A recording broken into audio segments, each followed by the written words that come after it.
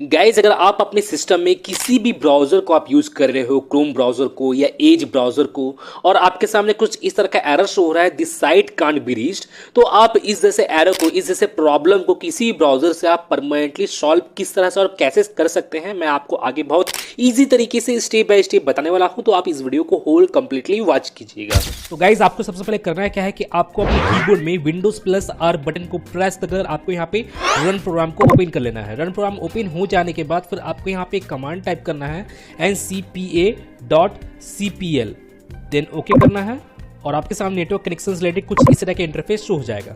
अब आपको यहाँ पे करना क्या है कि आप यहाँ पे जो इंटरनेट आप यहाँ पे यूज़ कर रहे हो, तो आपको करना क्या है कि आप किसकी हेल्प से आप यहाँ पे यूज़ कर रहे हो, आपको उसके ऊपर राइट क्लिक करना है। अगर बाय द वे आप यहाँ पे इंटरनेट की हेल्प से अगर आप यहाँ पे इंटरनेट यूज़ करते हो तो आपको इसके ऊपर राइट क्लिक करना है।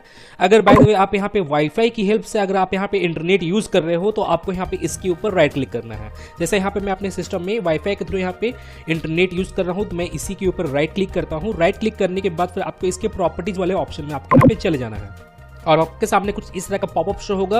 अब आपको यहाँ पे करना क्या है, जैसे आप यहाँ पे देखोगे यहाँ पे आपको internet protocol version 4 TCP/IP v4 का आपको यहाँ पे ये ऑप्शन आपको यहाँ पे शो हो रहा होगा। तो आपको इसे इस तरह से सेलेक्ट करना है।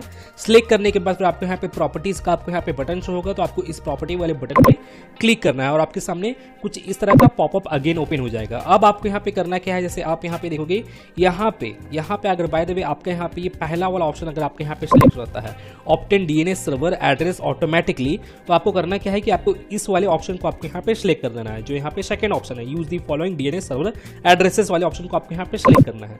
सिलेक्ट करने के बाद फिर आपको यहाँ पे क्लाउड DNS का आपको यहाँ पे वैल्यू टाइप करना है। आप चाहे तो आप यहाँ पे गूगल DNS का भी आप यहाँ पे वैल्यू टाइप कर सकते हो। जैसे मैं यहाँ पे क्लाउड DNS का यहाँ पे वैल्यू टाइप करता हूँ। सबसे पहले आपको प्रीफर DNS सर्वर में आपको यहाँ पे टाइप करना है 1111।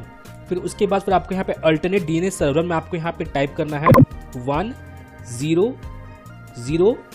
आपको यहाँ पे इन वैल्यू को आपको यहाँ पे टाइप कर लेना है। फिर आपको यहाँ पे इसे ओके कर देना है, देन क्लोज करना है और आपको इसे कट कर लेना है। अब आपको यहाँ पे आपको विंडोज़ के स्टार्ट में जाना है और आपको यहाँ पे टाइप करके सर्च करना है CMD माने कमांड प्रॉम्प्ट, और आपको यहाँ पे अपने कमांड प्रॉम्प्ट को रन एज एडमिनिस्ट्रेटर की हेल्प से आपको यहाँ पे इसे ओपन कर लेना है। अब मैं आपको यहाँ पे कुछ कमांड्स मैं आपको यहाँ पे बताऊंगा, तो आपको उन कमांड को यहाँ पे टाइप करना है। जो पहला कमांड है आपको यहाँ पे टाइप करना है ipconfig/flush DNS। आपको इस कमांड को यहाँ पे टाइप करना है। जैसे मैं आपको यहाँ पे जूम करके दिखा रहा हूँ ipconfig/flush DNS आपको यहाँ पे टाइप करके आपको यहाँ पे अपने DNS को फ्लश कर लेना है।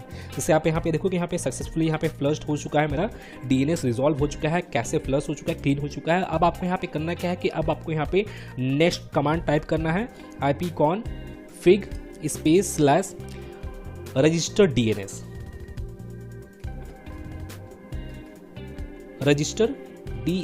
आपको यहाँ पे ये कमांड को यहाँ पे टाइप करना है। जैसे मैं आपको जूम करके दिखा रहा हूँ ipconfig/register DNS आपको यहाँ पे टाइप करना है, देन ओके करना है और आपको यहाँ पे कुछ सेकंड आपको यहाँ पे वेट करना है। और यहाँ पे मेरा जो DNS है वो यहाँ पे रजिस्टर हो चुका है। जैसे आप यहाँ पे देखोगे यहाँ पे आपका कुछ इस तरह का इंटरफेस होगा, कुछ इस तरह का लाइन आपको यहाँ पे शो होगा, कमांड मैसेज शो होगा। तो अब आपको करना क्या है कि अब आपको यहाँ पे इसे कट कर लेना है। कट कर लेने के बाद फिर आपको यहाँ पे अपने विंडोज़ को एक बार रीस्टार्ट कर लेना है। माने इन सभी स्टेप्स को कर लेने के बाद फिर आपको यहाँ पे अपनी विंडोज़ को यहाँ पे रीस्टार्ट कर लेना है। और रीस्टार्ट कर लेने के बाद फिर आपको करना क्या है कि आपको यहाँ पे अगेन रन प्रोग्राम को ओपन करना है। जैसे मैं यहाँ पे फिलहाल रीस्टार्ट नहीं किया हूँ क्योंकि मुझे आगे और भी स्टेप्स बताने हैं, इसलिए मैं आपको यहाँ पे बता रहा हूँ, यहाँ पे रीस्टार्ट नहीं किया हूँ। तो आपको यहाँ पे रीस्टार्ट करने के बाद फिर आपको यहाँ पे रन प्रोग्राम को अगेन ओपन करना है और आपको यहाँ पे अगेन उसी कमांड को यहाँ पे टाइप करना है ncpa.cpl, देन ओके। और आपको यहाँ पे वाईफाई जो ये ऑप्शन है जिसकी हेल्प से आप यहाँ पे इंटरनेट यूज़ करते हो, तो आपको करना क्या है कि आपको इसके ऊपर अगेन राइट क्लिक करना है और आपको यहाँ पे इसे डिसेबल्ड कर लेना है। डिसेबल्ड कर लेने के बाद फिर आपको यहाँ पे अगेन फिर आपको इसे इनेबल्ड भी करना है। जैसे यहाँ पे डिसेबल्ड हो चुका है, डिसेबल होने के बाद फिर आपको यहाँ पे इसे इनेबल भी करना है। यहाँ पे कुछ सेकंड का आपको यहाँ पे टाइम लगेगा और आपका ये जो है ये आपका इनेबल्ड हो जाएगा। और इनेबल्ड हो जाने के बाद फिर यहाँ पे ऑटोमेटिकली आपका जो नेट है, आपका जो वाईफाई है वो ऑटोमेटिकली यहाँ पे कनेक्ट भी हो जाएगा। जैसे मैं आपको बता दूँ, जैसे आप यहाँ पे देखोगे यहाँ पे मेरा ऑटोमेटिकली कनेक्ट हो गया है। कनेक्ट हो जाने के बाद फिर आपको इसे कट करना है और आपको चेक करना है कि आपका जो प्रॉब्लम आ रहा था आपके क्रोम में या आपके जो भी एज ब्राउज़र वगैरह है, जो भी आप ब्राउज़र यूज़ कर रहे हैं, आपका जो प्रॉब्लम आ रहा था वो प्रॉब्लम आपके यहाँ पे सॉल्व हुआ है कि नहीं सॉल्व हुआ है, मैंने इन सभी को करने के बाद। अगर बाय द वे तब भी यहाँ पे आपको वो प्रॉब्लम सॉल्व नहीं होता है इन स्टेप्स को फॉलो करने के बाद, तो मैं आपको यहाँ पे एक फाइनल स्टेप बताने वाला हूँ, और इस स्टेप को फॉलो करने के बाद जो आपका ये प्रॉब्लम ये परमानेंटली आपका सॉल्व हो जाएगा। तो आपको करना क्या है कि आपको अपने विंडोज़ के स्टार्ट में जाना है और आपको यहाँ पे टाइप करना है कंट्रोल पैनल, और आपको यहाँ पे अपने कंट्रोल पैनल को ओपन कर लेना है। और हो सकता है आपके सामने कंट्रोल पैनल का, जैसे मैं आपको बता दूं, कुछ इस तरह का इंटरफेस शो होगा। तो आपको करना क्या है कि आपको यहाँ पे व्यू बाय कैटेगरी वाले ऑप्शन पे क्लिक करना है और आपको यहाँ पे इसे लार्ज आइकन्स करना है। लार्ज आइकन्स करने के बाद फिर आपको यहाँ पे रिकवरी का आपको यहाँ पे ऑप्शन होगा, तो आपको इस रिकवरी वाले ऑप्शन पे आपको यहाँ पे क्लिक करना है। और आपको यहाँ पे ओपन सिस्टम रिस्टोर का ऑप्शन होगा, तो आपको इस ऑप्शन पे क्लिक करना है और आपको यहाँ पे जरा कुछ सेकेंड आपको यहाँ पे जरा वेट करना है, और आपके सामने कुछ इस तरह का सिस्टम रिस्टोर से रिलेटेड इंटरफेस शो हो जाएगा। तो यहाँ पे जैसे मैं आपको बता दूं कि यहाँ पे आपको अपने सिस्टम को रीस्टोर करना होगा, और जिन लोगों को मालूम नहीं है कि रीस्टोर करने से क्या होता है, तो मैं यहाँ पे वो भी आपको क्लियर कर देता हूँ कि रीस्टोर करने से क्या होगा। जैसे आप यहाँ पे अपने सिस्टम को रीस्टोर करते हो, तो आपके जो सिस्टम है वो 2-3 दिन पीछे चला जाएगा, मैंने पास्ट में चला जाएगा। मैंने आप यहाँ पे रीस्टोर करने के दौरान आप यहाँ पे जो भी डेट और टाइम आप यहाँ पे सिलेक्ट करते हो, उस डेट और टाइम के अकॉर्डिंग जो आपका सिस्टम है वो उतना ही दिन पीछे चला जाएगा, मैंने पास्ट में चला जाएगा। और पास्ट में जाने का मतलब ये है कि आपका सिस्टम 2-3 दिन पीछे या यस्टरडे को या यस्टरडे से पहले आपका सिस्टम जैसा भी था वो एज इट इज़ वैसा ही हो जाएगा। अगर बाय द वे वो प्रॉब्लम नहीं था, जो प्रॉब्लम आपके ब्राउज़र में आ रहा है वो प्रॉब्लम उस टाइम नहीं आता था, तो वो प्रॉब्लम भी आपका सॉल्व हो जाएगा। तो रीस्टोर करने से यही होता है। तो आपको यहाँ पे करना क्या है, जैसे मैं आपको बता दूँ, आपको यहाँ पे डायरेक्टली इसे नेक्स्ट करना है। नेक्स्ट करने के बाद फिर आपको यहाँ पे कुछ डेट और टाइम आपको यहाँ पे शो होंगे। हो सकता है आपको यहाँ पे सिंगल डेट और टाइम शो हो, या 3, 4, 5 आपको यहाँ पे डेट और टाइम आपको यहाँ पे शो हो। तो आपको करना क्या है कि आज के डेट के नियरली आपको यहाँ पे जो भी डेट और टाइम आपको यहाँ पे शो होता है, तो आपको यहाँ पे उसी डेट और टाइम को आपको यहाँ पे सिलेक्ट कर लेना है। जैसे यहाँ पे मेरे केस में यहाँ पे फिलहाल एक ही सिंगल यहाँ पे डेट और टाइम यहाँ पे शो हो रहा है, तो मैं इसी डेट को मैं यहाँ पे सिलेक्ट कर लेता हूँ। सिलेक्ट कर लेने के बाद फिर आपको यहाँ पे इसे नेक्स्ट करना है। नेक्स्ट करने के बाद फिर आप यहाँ पे देखोगे यहाँ पे लोकल डिस्क सी का आपको यहाँ पे ऑप्शन शो होगा।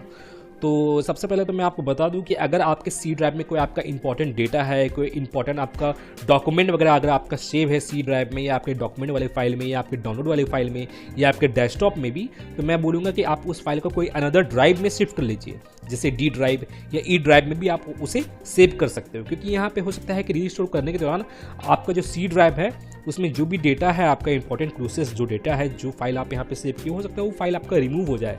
इसलिए मैं आपको बोल रहा हूँ कि आप उस फाइल को या उस डेटा को कोई अनदर ड्राइव में शिफ्ट कर लीजिए। शिफ्ट करने के बाद फिर आपको करना क्या है कि आपको यहाँ पे इस सी ड्राइव को सिलेक्ट कर देना है। जैसे यहाँ पे मेरा ये सिलेक्ट हो गया है। सिलेक्ट करने के बाद फिर आपको यहाँ पे इसे फाइनली फिनिश कर देना है, और आपका जो सिस्टम है वो रीस्टोर होना स्टार्ट हो जाएगा।